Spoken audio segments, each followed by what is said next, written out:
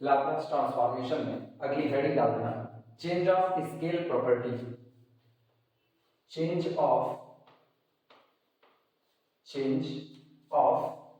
Scale, change of scale property, change of scale property. ठीक, जैसे singing वगैरह में हम लोग कहते हैं कि स्केल चेंज करके गाना, मतलब आप जिस रिदम में गा रहे हो उस रिदम में या तो थोड़ा और ऊपर कर दो, मतलब आप अपने नोट काफी ऊपर लगाने लगो, या नीचे तेज आवाज में गाओ या धीमे आवाज में, यानी मल्टीपल में चीजों को बदल देना। जैसे अब तक हम लोग क्या करते थे, अब तक हम लोग लाप्लास ट्रांसफॉर्मेशन निकालते थे फंक्शन एफ ऑफ टी का। अब इसमें स्केल चेंज करने का मतलब है ये जो टी है आप इसको कुछ टाइम्स कर दीजिए। जैसे कोई मुझसे कहे लाप्लास ट्रांसफॉर्मेशन ऑफ 2t निकालने लगे, या लाप्लास ट्रांसफॉर्मेशन हम फंक्शन को कर दें, फंक्शन एफ ऑफ टी की बजाय 2t का कर दें, या एफ ऑफ 3t इसका लाप्लास ट्रांसफॉर्मेशन निकालें। इन जनरल लाप्लास ट्रांसफॉर्मेशन निकालें एफ ऑफ कितने का, ए टी का। तो यहाँ वेरिएबल टी से बदल करके कितना हो गया, ए टी, यानी हमने वेरिएबल को कुछ मल्टीपल में बढ़ाया, ये हमने इसकी स्केल को क्या किया, चेंज कर दिया। इसके लिए पढ़ने चल रहे हैं चेंज ऑफ स्केल प्रॉपर्टी। लिखना इसमें, if Laplace transformation of, statement है if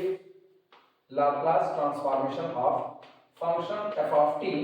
is equal to F of S. अगर आपके फंक्शन एफ ऑफ टी का Laplace transformation F of S दिया गया है, then Laplace transformation of function of A T,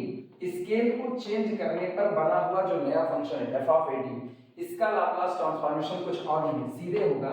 1 a, जितना आपने स्केल किया है उससे डिवाइड कीजिए और function of s by a, और जहां जहां पर आपका फंक्शन ऑफ s में s मौजूद था उसको कन्वर्ट कर दीजिए s अपॉन a से, यानी Laplace transformation of f of t is equal to f of s, then Laplace transformation of function of a t is equal to 1 upon a f of s by a। चलो proof देखते हैं इसका। Proof, ध्यान देना, f of s मतलब function of s का मतलब है Laplace transformation of our function f of t, ये होता है। और बाय डेफिनेशन हम लोग जानते हैं this is equal to integration from 0 to infinity e to the power minus st और अपना function f of t dt, ये नोट करना। और जो आया इसे हम लोग नाम दे देते हैं इक्वेशन नंबर 1। ये तो हम बाय डेफिनेशन जानते हैं कि किसी फंक्शन f ऑफ t का लाप्लास ट्रांसफॉर्मेशन s का एक फंक्शन होता है f ऑफ s, और ये होता है integration 0 to infinity e to the power minus st function of t dt। ठीक, लिखना now Laplace transformation of function of a t, function of a t, इसी डेफिनेशन के आधार पर बात करते हैं। ये हमारा होता है this is equal to integration from 0 to infinity e to the power minus st और फंक्शन ऑफ कितना हो गया अपना at, साथ में कौन हुआ dt, ये रहा। लेकिन अब तकलीफ इसमें ये है कि अगर ये फंक्शन ऑफ t होता तो बड़े आसानी से होता, ये फंक्शन ऑफ at है, तो चलो चेंज कर देते हैं, हम at की जगह पर u मान देते हैं। लेट माना at is equal to u, इसका मतलब क्या हुआ, this implies that a dt is equal to कितना हो जाएगा du। अच्छा, लिमिट का हाल देखना, लोअर लिमिट 0 है तो t बराबर 0 पर u बराबर 0 मिलेगा, अपर लिमिट इंफिनिटी है तो t is equal to infinity, u is equal to infinity, यानी लिमिट में कोई बदलाव नहीं होगा। तो ये है, चाहे तो आगे नहीं तो limit remains unchanged, limit remains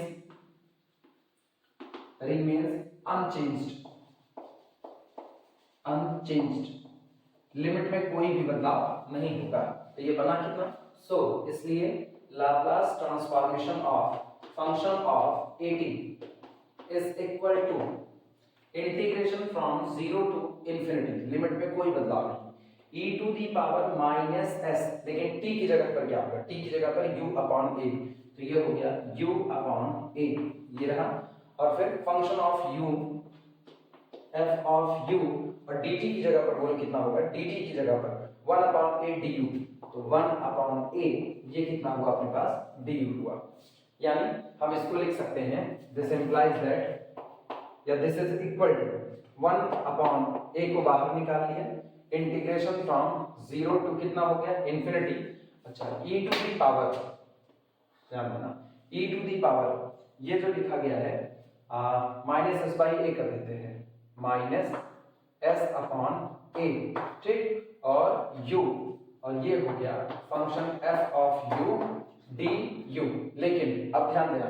हमको पता है कि ये एक डेफिनेट इंटीग्रेशन है, और डेफिनेट इंटीग्रल में एक प्रॉपर्टी होती है कि definite integration does not depend on the variable, यानी ये वेरिएबल पर डिपेंड नहीं करता। अपने लिए वेरिएबल कौन है, u, क्योंकि हम u के रिस्पेक्ट में इंटीग्रेट कर रहे हैं, तो हम चाहें तो इस वेरिएबल को बदल करके y कर दें, चाहे तो इस वेरिएबल को बदल करके r कर दें, चाहे तो t कर दें, कुछ भी कर दें, डेफिनेट इंटीग्रेशन की वैल्यू पर कोई फर्क नहीं पड़ेगा, because definite integration does not depend on the variable. तो हम इसको t कर देते हैं, ये हुआ this is equal to 1 upon a integration from 0 to infinity e to the power minus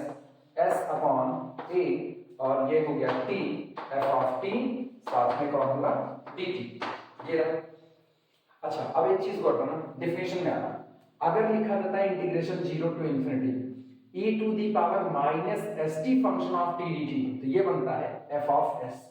यही आपका कौन है f ऑफ s है। तो जितना e की पावर माइनस s होता है वही फंक्शन ऑफ s बनता है। हमारे केस में देखो इंटीग्रेशन 0 टू इंफिनिटी, कंपेयर कराना 0 टू इंफिनिटी e की पावर माइनस s t, तो ये कौन है e की power minus s by a t, f t dt f t dt। तो जब ये था तो इसकी जगह मैंने क्या लिखा फंक्शन ऑफ s, आज कौन है s बाई a, तो ये बोले this is equal to 1 upon a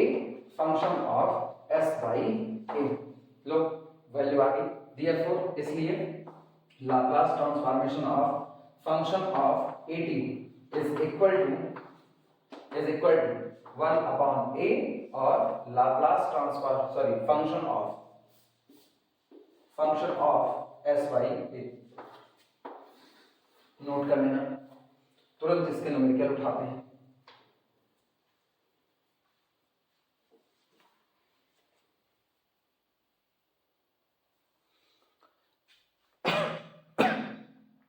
इसे कहते हैं change of scale property.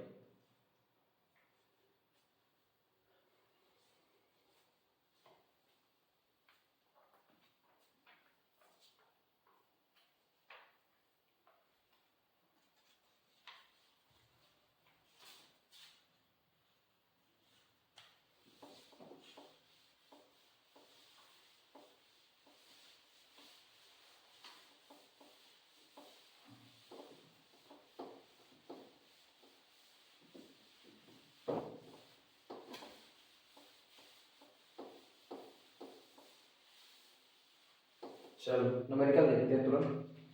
Problem note करना। प्रॉब्लम है इफ यदि Laplace transformation of f of t, Laplace transformation of f of t is equal to s square minus s plus 1 divided by 2s plus 1 whole square, ठीक, और s minus 1 prove that हमें function f of t का Laplace transformation दिया गया है, और कह रहे साबित कीजिए Laplace transformation of function of 2t is equal to s square minus 2s plus 4 divided by 4 into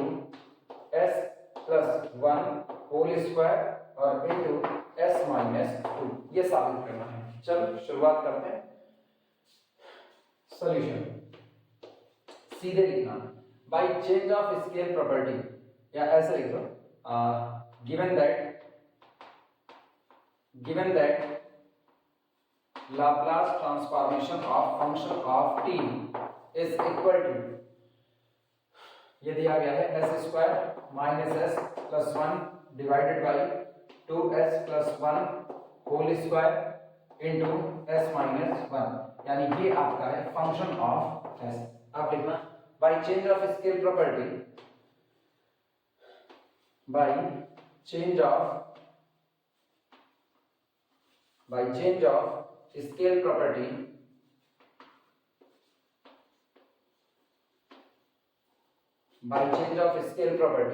Laplace transformation of function of 2t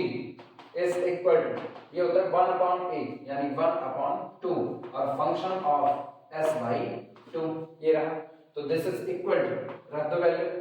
यहाँ तो बाहर रहा 1/2, जहां जहां s है उसकी जगह s by 2 रखो, तो यहाँ पर कितना होगा s²/4, क्योंकि मैंने यहाँ पर s by 2 रखा तो s²/2² that is equal to 4 और माइनस s की जगह पर s by 2 तो s/2 और इसके बाद फिर कितना हो गया +1 डिवाइडेड बाई, इनका हाल सुनो, जब s की जगह पर s/2 रखो 2 से 2 कैंसिल आउट होगा, केवल हुआ s+1 का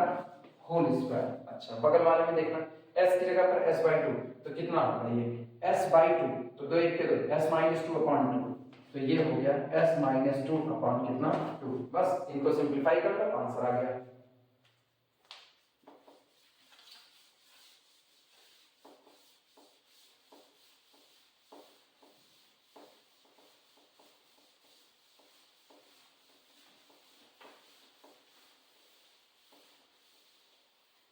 चलो सिंपलीफाई करते हैं, देखना दिस इज इक्वल टू 1/2 बाहर पड़ा हुआ है, इनको एलसीएम लो अगर ऊपर वाले में, तो एलसीएम या एलसीएम ना भी लो तो एक काम करना, पूरे में 4 से मल्टीप्लाई कर दो, इस ऊपर पूरे में 4 से मल्टीप्लाई कर दो, तो 4 से डिवाइड लगाना पड़ेगा, छोड़ो एलसीएम ले लेते हैं, एलसीएम लिया, एलसीएम कितना आया 4, तो 4 से 4 कटा, यहाँ बना कितना s² माइनस 2 से 2 1 के 2 2 दूनी 4 तो माइनस 2s और फिर कितना हो गया +4 डिवाइडेड बाई, नीचे का हाल क्या हुआ, ये हुआ s+1 का whole square into s-2 whole divided by 2, इस 2 को ऊपर लेकर के जाओ तो ये 2 जब ऊपर जाएगा तो इस 2 से ये 2 कैंसिल आउट हुआ, यानी दिस इज इक्वल टू अपने पास हुआ 1/4 बाहर 1/4 बाहर, ऊपर आया s² माइनस 2s प्लस कितना हो गया 4 और डिवाइडेड बाई नीचे का हाल कितना है, कुछ गड़बड़ी हुई है क्या, नहीं सही है, s+1 का होल स्क्वायर यहां से और इनटू s-2, आंसर क्या लाना था s² माइनस 2s प्लस 4 ऊपर का हिस्सा अपॉन 4 s+1 का होल स्क्वायर s-2, आंसर ये रहा आंसर, नोट कर लो फिर आगे चलें।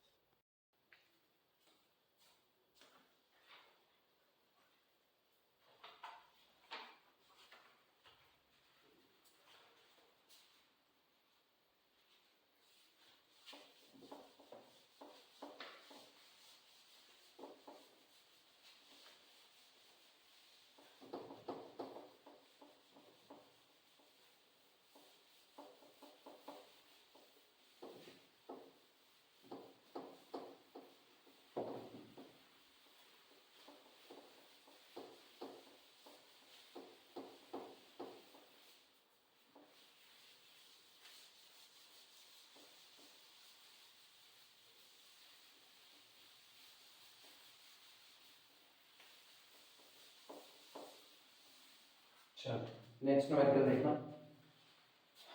प्रॉब्लम है find Laplace transformation of cos 4t। चलो फिर वही काम करते हैं, सॉल्यूशन लिखना, solution Laplace transformation of function of t। आप गौर करना, अगर हम देखें तो फंक्शन ऑफ 4t कितना है cos 4t, तो फंक्शन ऑफ t कितना होगा cos t होगा, तो Laplace transformation function of t is equal to Laplace transformation of cos t। चाहे तो यहां पर लिख लेना हियर, यहां पर function of 4t is equal to cos 4 t, तो इसका मतलब this implies that function of t is equal to cos t। ये रहा। चलो ध्यान देते हैं।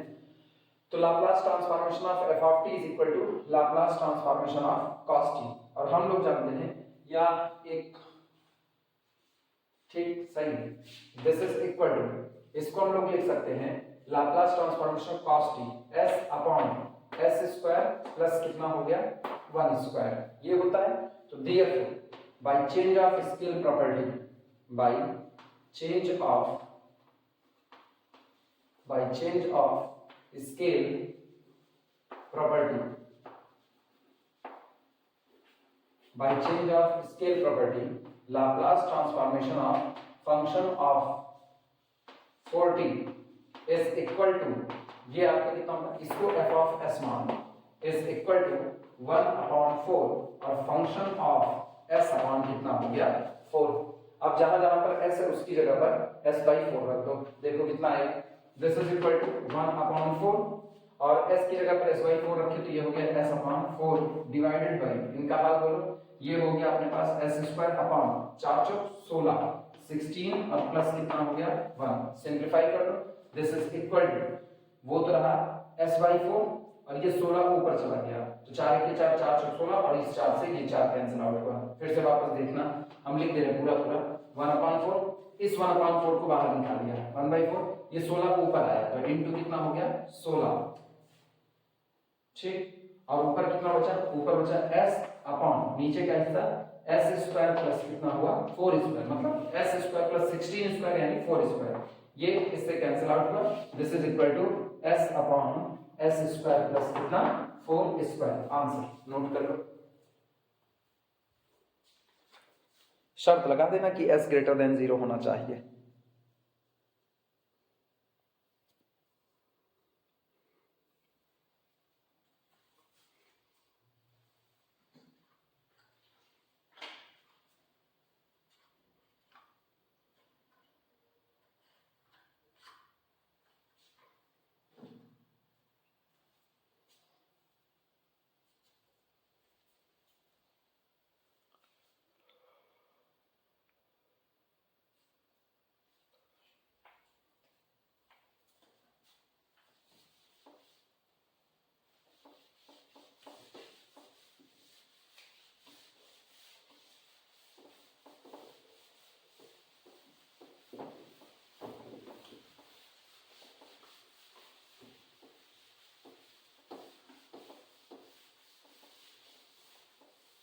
अगला न्यूमेरिकल देखना,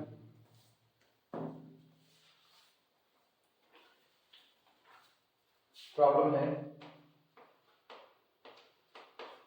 if Laplace transformation of function of t is equal to, ये आपको दिया गया है 1 upon s e to the power minus 1 upon s, ठीक, can I prove that, आप ये बात साबित कीजिए, prove that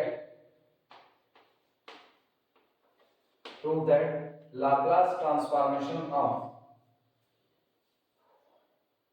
e to the power minus t, Laplace transformation of e to the power minus t और function of 3t,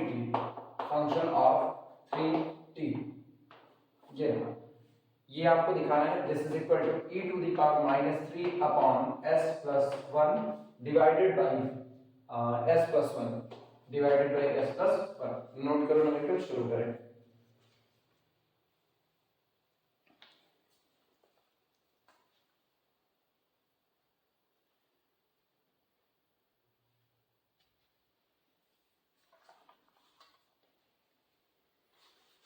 सबसे पहला काम,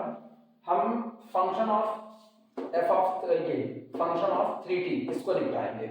ध्यान देना कैसे सॉल्व होगा, क्योंकि ये दो रिजल्ट का मिक्सचर है, ये अकेला एक रिजल्ट नहीं कि आप इसके ऊपर केवल चेंज ऑफ स्केल लगा दोगे काम हो जाएगा। यहाँ e to the power minus t से मल्टीप्लाई भी है, मतलब e की पावर at से मल्टीप्लाई है, तो पहले इसको निपटाते हैं, बाद में e की पावर माइनस टी का मल्टीप्लिकेशन कैसे असर डालेगा वो देखेंगे। सॉल्यूशन लिखना, by change of scale property, by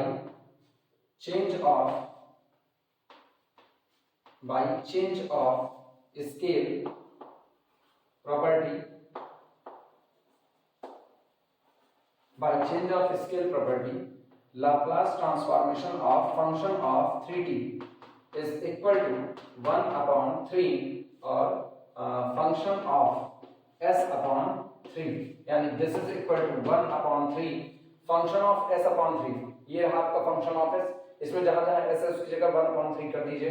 ठीक, सॉरी s upon 3 कर दीजिए, तो ये होगा 1 upon s upon 3 ये रहा, और e to the power minus 1 upon s upon 3। देखो सॉल्व करो कितना आएगा। This implies that Laplace transformation of function of 3t is equal to,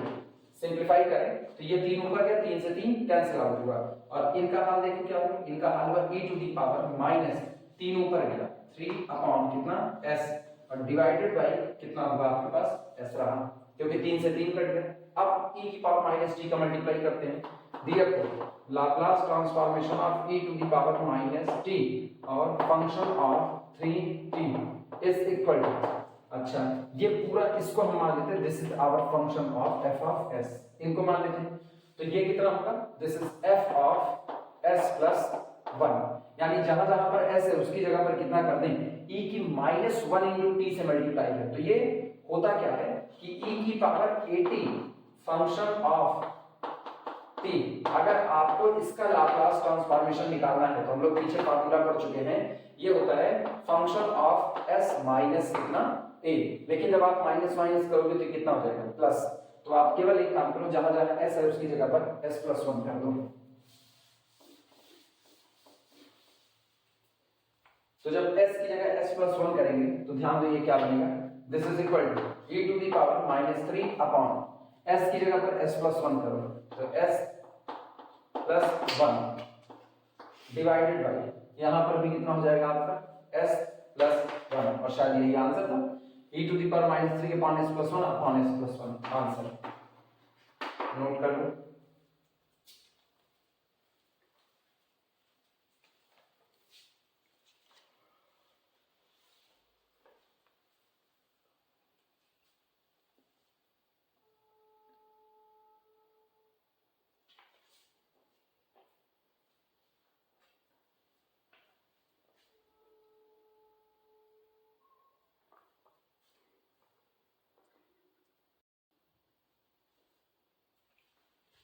अगला आर्टिकल है लाप्लास ट्रांसफॉर्मेशन ऑफ डेरिवेटिव, यानी जैसे अब तक आपको फंक्शन f ऑफ t दिया गया था तो हम लोग f ऑफ t का लाप्लास ट्रांसफॉर्मेशन निकालते थे, अब आपको f ऑफ t का डिफरेंट डेरिवेटिव दिया जाए, f dash of t, f double dash of t, f triple dash of t, तो इनका लाप्लास ट्रांसफॉर्मेशन कैसे निकलता है उसका, और इसका हम प्रूफ नहीं करेंगे क्योंकि इसका हमारे पास केवल फार्मूला ही रहेगा, सेमेस्टर वाइज में इसके प्रूफ हटा दिए गए हैं, तो अब केवल और केवल डेरिवेटिव का फार्मूला ही हमको सीखना है।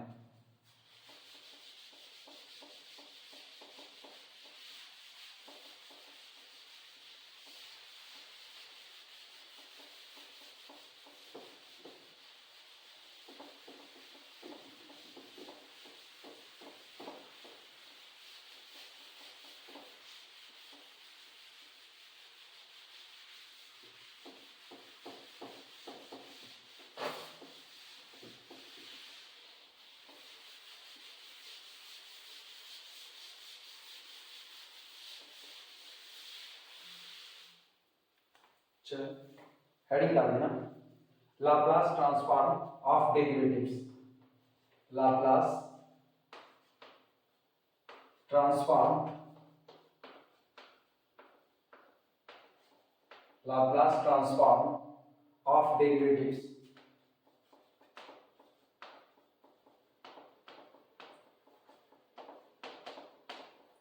लाप्लास ट्रांसफॉर्म्स ऑफ डेरिवेटिव्स, इसमें लिखना स्टेटमेंट,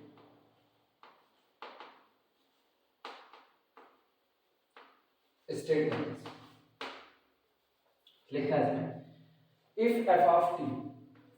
इफ यदि आपको दिया गया function f of t be continuous, be continuous, be continuous for all t greater than or equal to 0 and b of exponential order alpha, b of exponential order alpha, ठीक, as t approaches to infinity, ठीक, with the derivative of function f of t, यानी f dash of t, with f dash of t of class A, ठीक, then Laplace transformation of derivative of f of t, यानी Laplace transformation of f dash of t exist when, जब कभी s greater than order alpha and Laplace transform of f dash of t is equal to, यही formula हमें याद रखना है, Laplace transform of f dash of t is equal to s into Laplace transformation of main function f of t minus the value of the function at 0. ये रहा, बाद में इसको और जनरलाइजेशन में लिखेंगे। कहने का इतना मतलब है कि अगर आपको दिया गया function f of t continuous हो सभी t greater than or equal to 0 के लिए, और आपका फंक्शन एक्सपोनेंशियल ऑर्डर अल्फा का एक फंक्शन हो, इसके साथ ही साथ आपके फंक्शन का जो डेरिवेटिव है वो क्लास ए का हो, तो इस दिए गए डेरिवेटिव का लाप्लास ट्रांसफॉर्मेशन एग्जिस्ट करेगा और वो बराबर होगा Laplace transformation of f dash of t is equal to s into Laplace transformation of main function minus value of the function at 0। यही आपका फार्मूला है जो हमें याद रखना पड़ेगा, नोट कर लो।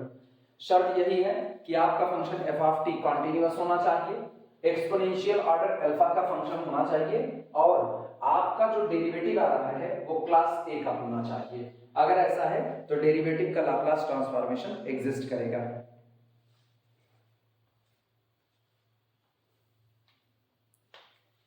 इसमें एक नोट लिखना, note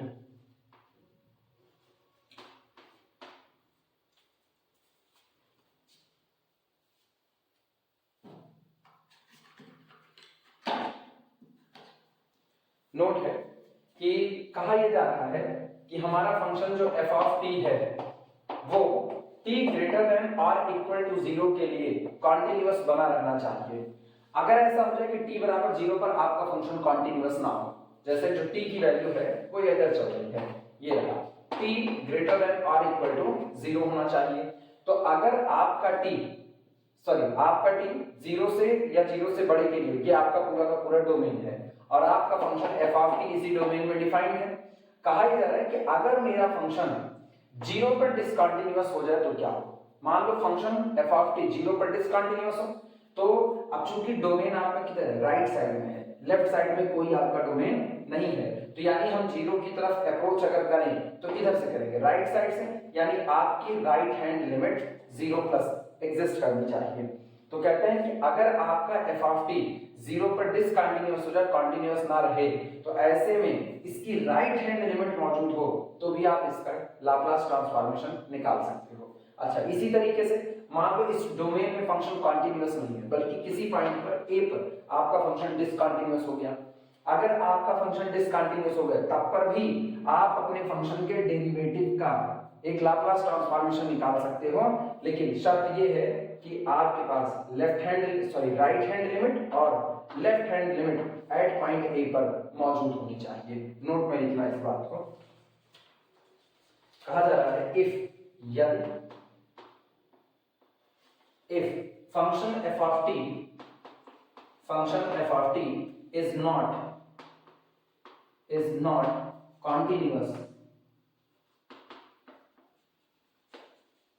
if function f of t is not continuous at t is equal to 0, अगर t बराबर 0 पर हमारा फंक्शन कंटीन्यूअस ना रहा, ठीक, but right hand limit RHL short में लिख दे रहे हैं, but right hand limit exist at 0, लेकिन हमारे फंक्शन के पास 0 पर राइट हैंड लिमिट मौजूद होती है, देन तब ऐसे केस में then Laplace transformation of derivative f dash of t is equal to, ये बराबर होता है s into Laplace transformation of f of t, main function का Laplace transformation, minus left hand limit, sorry right hand थी ना, minus right hand limit, limit x या t variable है, limit t approaches to 0 plus, ठीक, function f of t, ये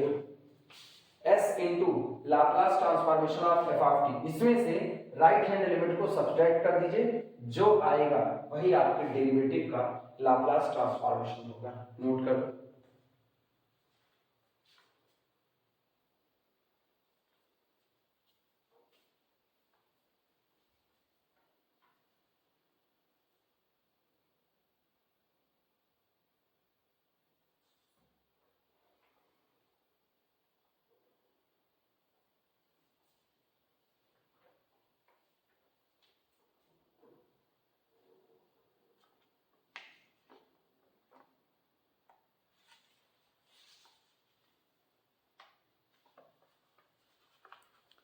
एक note number 2 लगाना इस पे।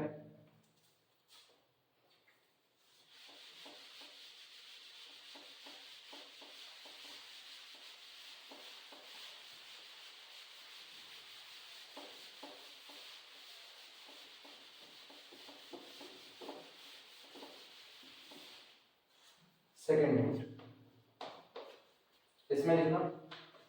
अब सेकेंड नोट उसके लिए है कि अगर बीच के किसी पॉइंट पर फंक्शन आपका डिसकंटिन्यूअस हो गया तो आप लेफ्ट हैंड और राइट हैंड लिमिट से काम चलाओ। लिखना इफ, यदि function f of t, function f of t is not continuous, is not continuous, if function f of t is not continuous at point a, at a, जहां पर a less than infinity greater than 0 है, मतलब domain के बीच का कोई point है, but लेकिन right hand limit RHL and left hand limit LHL, RHL and LHL both exist, लेकिन इस पॉइंट पर लेफ्ट हैंड और राइट हैंड दोनों ही लिमिट मौजूद है, then Laplace transformation of derivative f dash of t is equal to, ये होता है small s into Laplace transformation of function f of t, ठीक, minus value of the function at point 0 minus f of t, sorry f of 0 minus e to the power, पहले में था f dash of t this minus f of 0 और e to the power minus as, जिस point पर discontinuous हुआ वो point minus as, और bracket के अंदर में हम लोग एक काम करेंगे, राइट हैंड लिमिट में से लेफ्ट हैंड लिमिट को सब्ट्रैक्ट कर देंगे, यानी ब्रैकेट के अंदर में f of a plus right hand limit minus f of a minus left hand limit, ये रहा। अगर आपका फंक्शन पर्टिकुलर किसी डोमेन के पॉइंट ए पर डिसकंटिन्यूअस हो जाए लेकिन इसकी लेफ्ट हैंड और राइट हैंड दोनों लिमिट एग्जिस्ट कर रही है, तो डेरिवेटिव का लाप्लास ट्रांसफॉर्मेशन लिखा जाएगा s इनटू मेन फंक्शन का Laplace transformation minus value of the function at 0 minus e to the power, जिस पॉइंट पर डिसकंटिन्यूअस है, e to the power minus as right hand limit minus left hand limit. Formula note कर लो, बस तुरंत numerical लगाते हैं या जनरल केस अभी लिख लेते हैं इसका।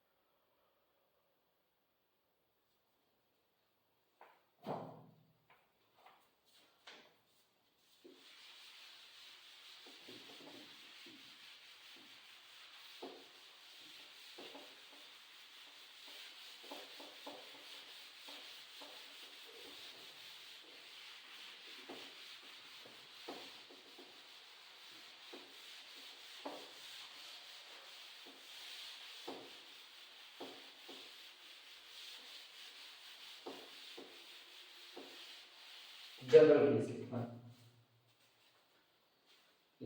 इन जनरल, या हेडिंग डाल देना चाहे तो general case,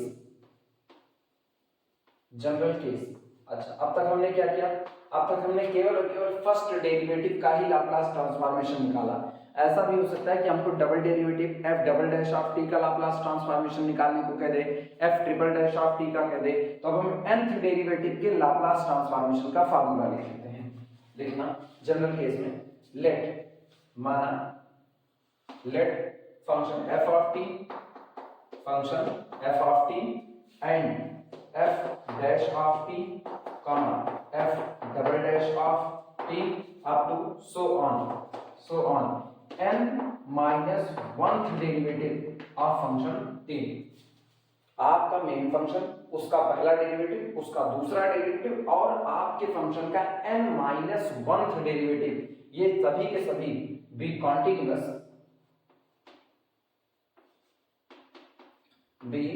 continuous for all t greater than और इक्वल टू 0। अगर ये सभी के सभी, यानी आपका मेन फंक्शन, आपके फंक्शन का पहला डेरिवेटिव, आपके फंक्शन का दूसरा डेरिवेटिव और आपके फंक्शन का n-1th डेरिवेटिव, ये सभी के सभी कॉन्टिन्यूअस है हर उस t के लिए जो ग्रेटर देन और इक्वल टू 0 है, एंड और इसके साथ ही साथ ये सभी लोग हैं b of exponential order,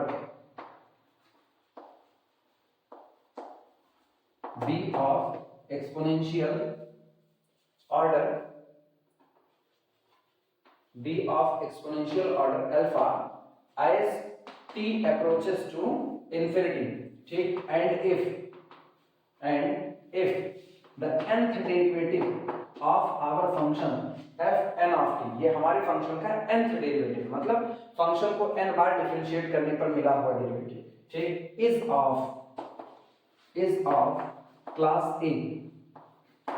of class A, then तब ऐसे मामलों में Laplace transformation of nth derivative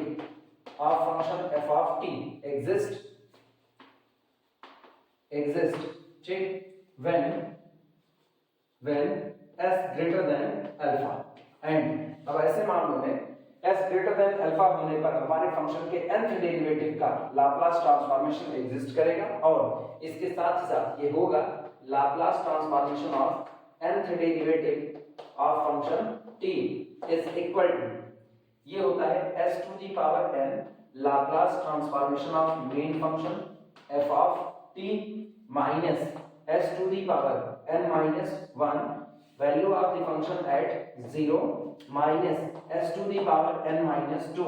ठीक, first derivative value at 0 minus up to so on minus value of the n minus 1th derivative at 0, note कर लेना।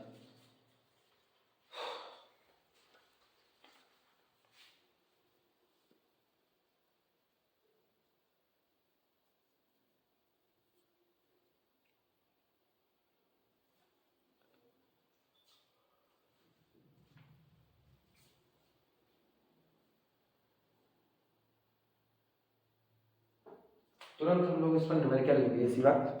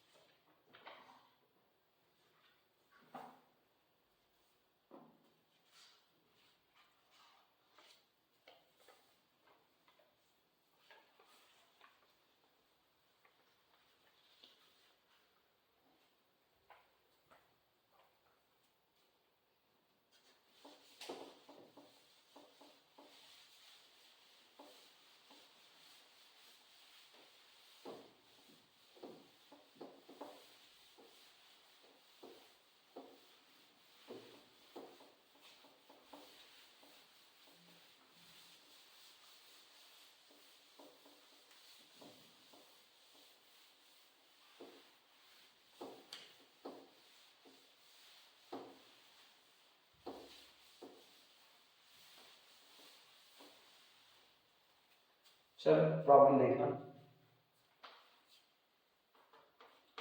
Problem है if यदि Laplace transformation of 2 under root t upon pi, आपको इसका Laplace transformation दिया जा रहा है is equal to 1 upon s to the power 3 upon 2, यानी 2 under root t upon pi. इसका लाप्लास ट्रांसफॉर्मेशन हमें दे दिया गया है 1 अपॉन एस की पावर 3 अपॉन 2, और कहा क्या जा रहा है find Laplace transformation of 1 upon under root pi t, ये निकालने को कहा जाता है। अगर हम गौर करें तो इस हिस्से में अंडर रूट पाई नीचे बैठा है, तो अंडर रूट पाई यहां भी है, लेकिन ऊपर कौन है, अंडर रूट टी। अगर अंडर रूट टी का डिफरेंशिएशन करें तो ये है टी की पावर हाफ। डिफरेंशिएटिंग इसका डिफरेंशिएशन टी की पावर हाफ का डिफरेंशिएशन होता है माइनस हाफ, और टी की power half minus one that is minus half, जो नीचे आकर के रूट टी बन जाता है। यानी ये चीज इनको डिफरेंशिएट करने से कहीं ना कहीं पर मिल सकती है। शुरुआत करना ये लिखना solution here,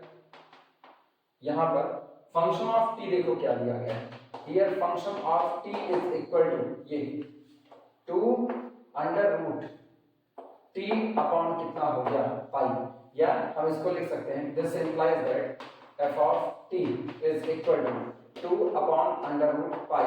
into under root कितना हो गया टी। तो therefore अच्छा यहीं पर हम वैल्यू निकाल लेते हैं, function value at 0, this implies that value of the function at 0 is equal to, रखो t बराबर 0, तो t बराबर 0 रूट 0, और ये पूरा का पूरा हिस्सा कितना हो गया 0। ठीक, दिस इंप्लाइज दैट, अब इसको डिफरेंशिएट करते हैं, the derivative of function t is equal to, derivative निकालना तो पहले तो कांस्टेंट बाहर कर लो, 2 अपॉन अंडर रूट पाई, ये आपका बाहर आ गया। ठीक, t की पावर हाफ का डिफरेंशिएशन कितना होगा हाफ, और t की पावर 1 अपॉन 2 माइनस 1, यानी this is equal to 2 upon under root, अच्छा 2 का ही, इस 2 से ये 2 कैंसिल आउट हो गया, और के आधे में से एक निकलेगा माइनस हाफ, उसको नीचे ले जाओ, तो 1 upon under root pi into under root t, जिसको लिख सकते हैं 1 upon under root pi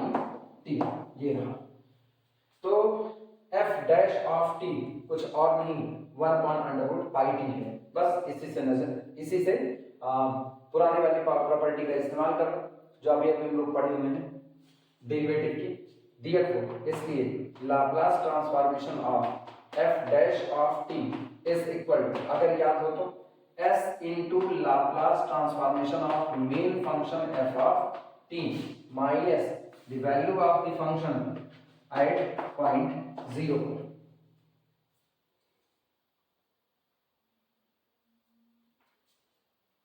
implies that हम लोगों ने Laplace transformation of F of T नहीं निकाला है ना, वो हम लोगों को निकाल देना चाहिए था।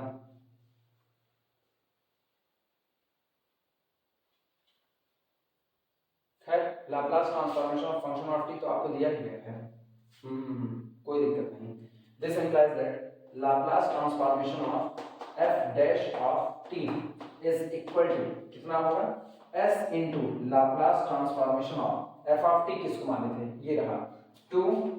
Under root t upon pi minus value of the function at 0 कितना आया है 0, यानी दिस इंप्लाइज दैट अपने को मिला कितना Laplace transformation of f dash of t। f dash of t किसको है, f डैश ऑफ t आपका 1 अपॉन अंडर रूट कितना pi t is equal to कितना आया s into Laplace transformation of 2 root t by pi, ये रहा कितना है 1 upon s to the power 3 by 2। अब एक काम करो इस s को नीचे लेकर के आ जाओ, तो इस s को नीचे लाएंगे तो ये कितना होगा this is equal to 1 upon s की पावर 3 बाई 2 माइनस 1, 2 1 के 2 और 3 में से 2 गए 1, यानी this is equal to 1 upon under root कितना हो गया s। आंसर नोट कर लो।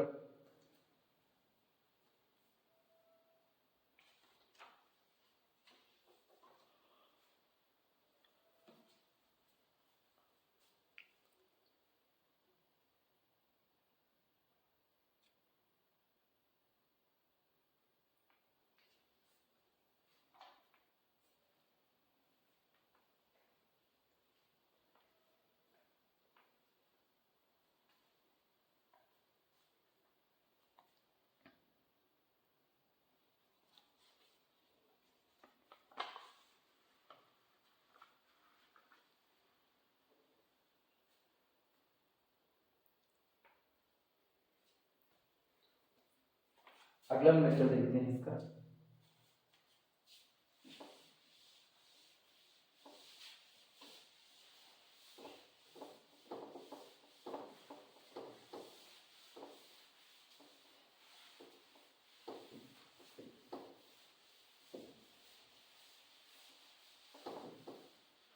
नेक्स्ट नंबर पे लिखना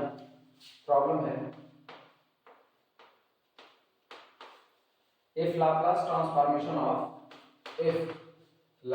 transformation of sin under root t is equal to दिया गया है under root pi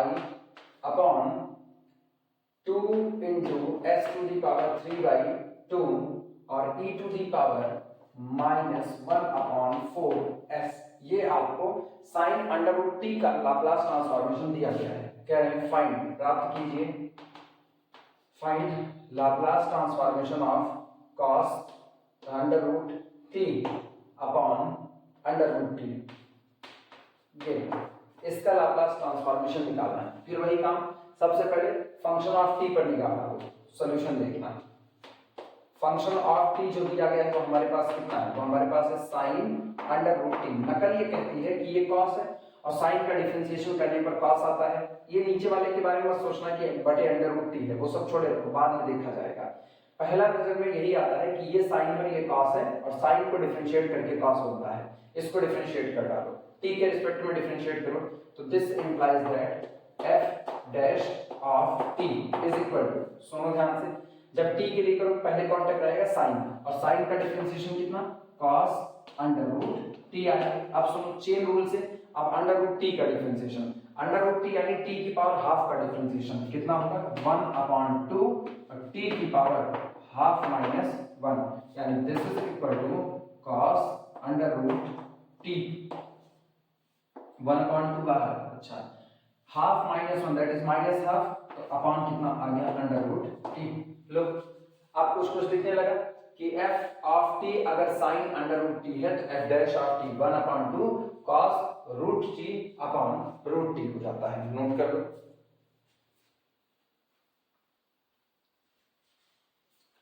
और एक वैल्यू निकाल लेते हैं, function value at 0 is equal to, रखो t बराबर 0 तो sin 0 की वैल्यू 0, ठीक लिखना। नाउ देयरफॉर, इसलिए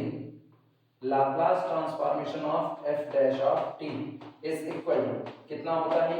ये होता है s into Laplace transformation of original function f of t minus the value of the function at 0, ये रहा।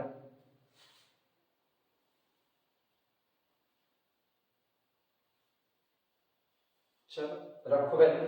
यानी this implies that Laplace transformation of f dash of t कितना आया अपने पास, f डैश ऑफ t यह है 1/2 cos under root t upon under root t is equal to कितना हुआ, s into Laplace transformation of f of t, जो कि हमको दिया गया है f ऑफ t का Laplace transformation, f of t हमने किसको माना था, sin रूट t को, इसका दिया गया ये अंडर रूट पाई अपॉन कितना 2 into s to the power 3 by 2, ये रहा, और e to the power minus 1 upon 4 s, ये रहा। अब एक काम करो, इस 1/2 को बाहर खींच लो, तो 1/2 बाहर आया, तो यहां देखना क्या होना, this implies that 1/2 Laplace transformation of cos under root t upon under root t, ठीक, इज इक्वल टू, ये 1/2 बाहर ही है, तो ये हो गया under root pi s upon 2 into s to the power कितना होगा 3/2। अच्छा ये करो, ये 2 से ये 2 कैंसिल आउट हुआ, बचा अपने पास कितना, यहां पर देखना,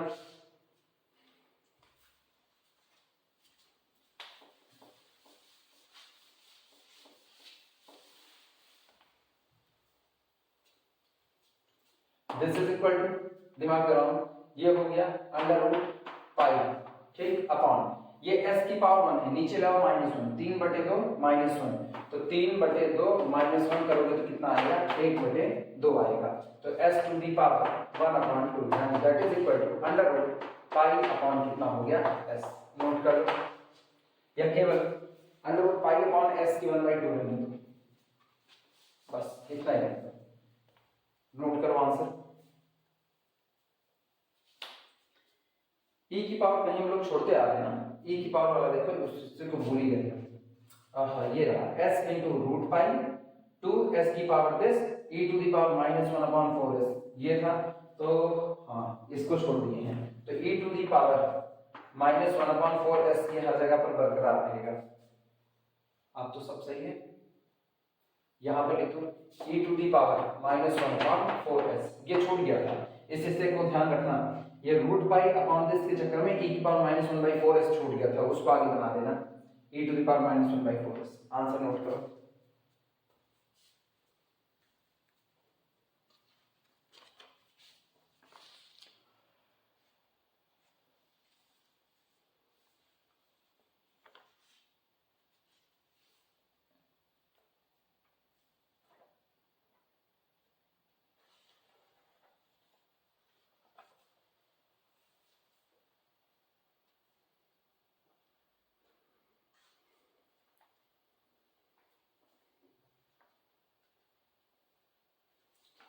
इसी से एक हम जैसे हम लोग sin 80 का निकाल चुके हैं, अब हम sin 80 की वजह से cos 80 का लाप्लास ट्रांसफॉर्मेशन निकाल करके देख लेते हैं।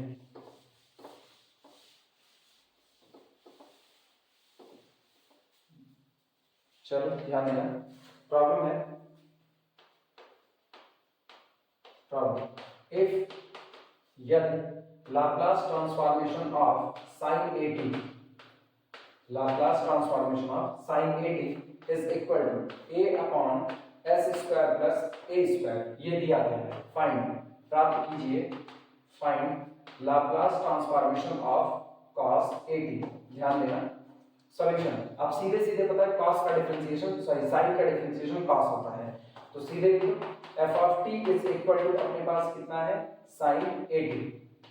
sin 80, तो दिस इंप्लाइज दैट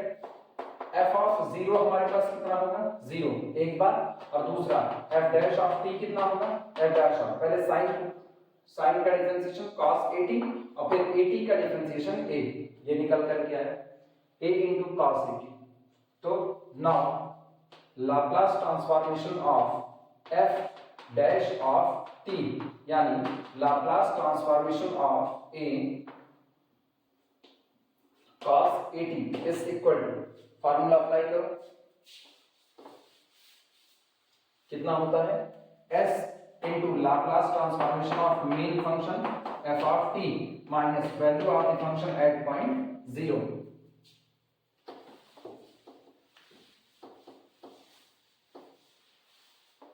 यानी this implies that Laplace transformation of a into cos 80 is equal to कितना हुआ s into Laplace transformation of f of t दिया गया है a upon, तो a upon s square plus कितना हो गया a square, और ये तो कितना हुआ 0। अच्छा अब ये चूंकि कांस्टेंट बाहर आ सकता है, तो this implies that a into Laplace transformation of cos 80 ठीक is equal to sa upon s square plus कितना हो गया a स्क्वायर, इस a से a कैंसिल आउट कर दो, आंसर आ गया। और हम जानते हैं लाप्लास ट्रांसफॉर्मेशन ऑफ cos 80 बराबर होता है s upon s square plus a square. Note कर दो। आज के लेक्चर में फिलहाल इतना ही, बाकी फिर हम लोग अगले लेक्चर में बात करेंगे।